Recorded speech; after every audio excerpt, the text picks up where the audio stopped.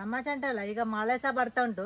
ಈಗ ಒಳ್ಳೆ ಬಣಸ ಮಾಡುವ ಅಂತ ಜಾಸ್ತಿ ಹಣ್ಣದ ಬಾಳೆಹಣ್ಣು ಅಂತ ತಗೊಂಡಿದ್ದೇನೆ. ಇದು ಮೈಸೂರು ಬಾಳೆಹಣ್ಣು. ನಿಮಗೆ ಬೇರೆ ಬಾಳೆಹಣ್ಣು ಯಾವುದು ಕೂಡ ಆಗ್ತದೆ, ಜಾಸ್ತಿ ಹಣ್ಣಾಗಿರ್ಬೇಕು. ನೋಡಿ ಚಂದ ಹಣ್ಣಾಗಿದೆ. ಒಂದು 5 ತಗೊಂಡಿದ್ದೇನೆ. ಇದು ಮೊಸರು ನೋಡಿ, ಇದು ನಾನು ಮನೆಯಲ್ಲಿ ಮಾಡಿದ ಮೊಸರು. ಸ್ವಲ್ಪ ಒಂದು ಅರ್ಧ ಗ್ಲಾಸ್ ಆಗೋಷ್ಟು ಉಂಟು. ಮತ್ತು ಸ್ವಲ್ಪ ಸಕ್ಕರೆ ಬೇಕು. ಮೊದಲಿಗೆ ಈ ಬಾಳೆಹಣ್ಣನ್ನು ಸಿಪ್ಪೆ ತೆಗೆಯುವ. ಭಯಂಕರ ಹಣ್ಣಾಗಿದೆ. ಇಂಥ ಬಾಳೆಹಣ್ಣು ಬೇಕು, ಚಂದ ಹಣ್ಣಾಗಬೇಕು. ಇದಕ್ಕೆ ಹಾಕುವ. ಸ್ವಲ್ಪ ಗ್ರೈಂಡ್ ಮಾಡಿಕೊಂಡು ನೋಡಿ.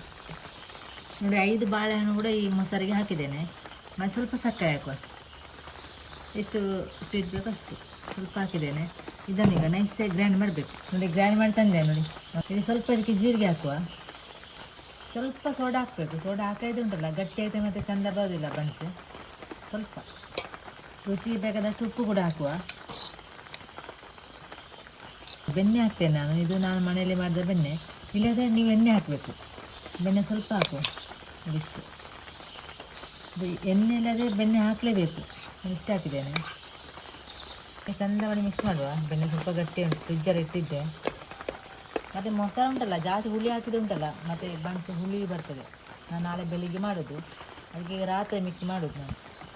ಇದು ಮೈದಾ ನೋಡಿ. ನಿಮಗೆ ಗೋಧಿ ಹುಡಿಯಲ್ಲಿ ಕೂಡ ಮಾಡ್ಬೋದು. ನಾನು ಇವತ್ತು ಮೈದಾಯಲ್ಲಿ ಮಾಡೋದು ಬನ್ಸೆ. ಮತ್ತು ಇದನ್ನು ಗಾಳಿಸಿ ಅಂದದ್ದು, ಅಂದರೆ ಜರಡಿ ಹಿಡ್ದು ಅಂದದ್ದು ಎಂಥದಿದ್ರೆ ಅಂತ. ಸ್ವಲ್ಪ ಸ್ವಲ್ಪ ಮಿಕ್ಸ್ ಮಾಡು. ಈಗ ನೀರಂತ ಹಾಕೋದು ಬೇಡ. ನಾನು ರುಬ್ಬುವಾಗ ಕೂಡ ನೀರಂತ ಹಾಕಲಿಲ್ಲ. ಬಾಳೆಹಣ್ಣು ಮತ್ತು ಮೊಸರು ಇತ್ತಲ್ಲ ಅದೇ ನೀರು. ಸ್ವಲ್ಪ ಮೈದಾ ಹಾಕಿ ಮಿಕ್ಸ್ ಮಾಡಿದರೆ ಆಯಿತು. ಸ್ವಲ್ಪ ಗಟ್ಟಿ ಮಿಕ್ಸ್ ಮಾಡುವ, ನೀರು ಮಾಡಿ ಮಿಕ್ಸ್ ಮಾಡೋದು ಬೇಡ. ಚಂದ ಮಾಡಿ ಮಿಕ್ಸ್ ಮಾಡಿದೆ ನೋಡಿ. ಗಟ್ಟಿ ಸ್ವಲ್ಪ ಉಂಟು, ಜಾಸ್ತಿ ನೀರು ಮಾಡೋದು ಬೇಡ. ಹಿಟ್ಟನ್ನು ಸ್ವಲ್ಪ ಗಟ್ಟಿ ಇಟ್ಟಿದ್ದೇನೆ. ಮೇಲುಗಡೆ ಉಂಟಲ್ಲ ಎಣ್ಣೆ ಕೂಡ ಹಾಕ್ಬೋದು. ನಾನು ಬೆಣ್ಣೆ ಬನ್ಸ್ ಮಾಡೋದಲ್ಲ, ಹಾಗೆ ಬೆಣ್ಣೆ ಸ್ವಲ್ಪ ಹಚ್ತೇನೆ. ಈಗ ಮೇಲುಗಡೆ ಸ್ವಲ್ಪ ಬೆಣ್ಣೆ ಹಚ್ಚಿ.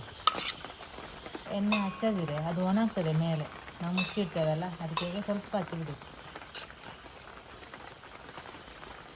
ಚಂದ ಮಾಡಿ ಬೆಣ್ಣೆ ಹಚ್ಚಾಯಿತು. ಮತ್ತೆ ಉಂಟ ಇದನ್ನು ಒಂದು 8-9 ಗಂಟೆ ಕಾಲ ಹೀಗೆ ಇಡುವ, ಮುಚ್ಚಿಟ್ಟಾಯಿತು. ನಾಳೆ ಬೆಳಿಗ್ಗೆ ಬನ್ಸ್ ಮಾಡುವ. ಇವತ್ತು ಬೆಳಿಗ್ಗೆ ಹಿಟ್ಟು ರೆಡಿ ಆಗಿದೆ ನೋಡಿ. ಇಷ್ಟು ಸಾಫ್ಟ್ ಉಂಟು. ಇದನ್ನುಂಟಲ್ಲ ಒಂದು ಸೈಡಿಂದ ಒಂದು ಪೀಸ್, ಅಂದರೆ ಒಂದು ಚಪಾತಿ ಹಿಟ್ಟಿನಷ್ಟು ಹಿಟ್ಟನ್ನು ತೆಗೆದು ಉಂಡೆ ಮಾಡೋದು ನೋಡಿ. ಇಷ್ಟನ್ನು ಚಂದ ಮಾಡಿ ಉಂಡೆ ಮಾಡಿ ಸ್ವಲ್ಪ ಲಟ್ಟಿಸಬೇಕು.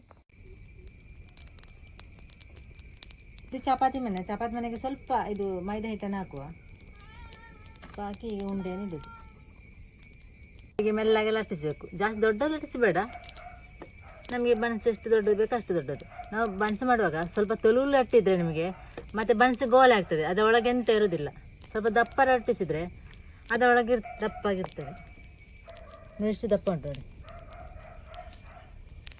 ಇಲ್ಲಿ ನೋಡಿ ಕಬ್ಬಿಣದ ಕಾವಲು ಇಟ್ಟಿದ್ದೇನೆ. ಅದಕ್ಕೆ ಎಣ್ಣೆ ಹಾಕುವ. ನಾನು ತೆಂಗಿನ ಎಣ್ಣೆ ತಗೊಂಡದ್ದು. ನಿಮಗೆ ಬೇರೆ ಕುಕ್ಕಿಂಗ್ ಯಾವುದು ಕೂಡ ಆಗ್ತದೆ.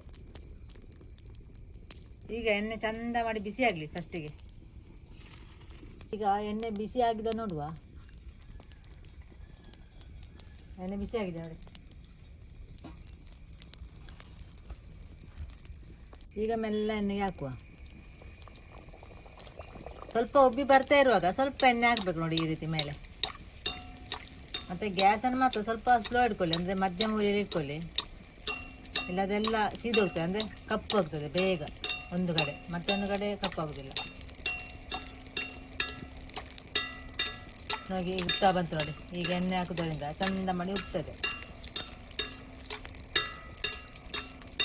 ಮತ್ತೆ ಹೀಗೆ ಮಗುಚಿ ಹಾಕಿದ್ರೆ ಆಯಿತು. ಇನ್ನೊಂದು ಕಡೆ ಬೇಯಲಿಕ್ಕೆ ನೋಡಿ. 2 ಕಡೆ ಚಂದ ಮಾಡಿ ಫ್ರೈ ಆದಮೇಲೆ ತೆಗೆಯುವ. ಎಷ್ಟು ಚಂದ ಉಬ್ಬಿದೆ ನೋಡಿ.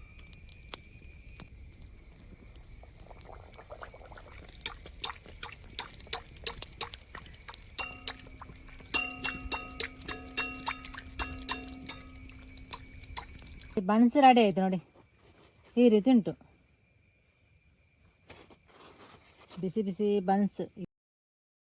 ಒಂದು ಬನ್ಸ್ ಅಂತ ತುಂಡು ಮಾಡಿ ತೋರಿಸುವ ನಿಮಗೆ. ಬಿಸಿ ಬಿಸಿ ಉಂಟು ನೋಡಿ. ಈ ರೀತಿ ಉಂಟು. ಒಳಗೆಲ್ಲ ಇದು ನೋಡಿ ಎಷ್ಟು ಚಂದ ಉಂಟು ನೋಡಿ. ಈ ರೀತಿ ಉಂಟು. ಚಂದ ಉಂಟು, ಸಾಫ್ಟಾಗಿ ಉಂಟು ಕೂಡ. ತೆಳು ಮಾಡಿದರೆ ಈ ಗೋಳೆ ಇರ್ತದೆ, ಎಂತ ಇರ್ತದೆ ಇದರೊಳಗೆ ಈಗೆಲ್ಲ ಇರೋದಿಲ್ಲ ನೋಡಿ. ಈ ರೀತಿ ಇರೋದಿಲ್ಲ, ಗೋಲ ಇರ್ತದೆ ತೆಳುವಾದ್ರೆ. ಬೆಣ್ಣೆ ಹಾಕಿ ನೀವು ಸೊಮ್ಮೆ ಬನ್ಸನ್ನು ಮಾಡಿ ನೋಡಿ.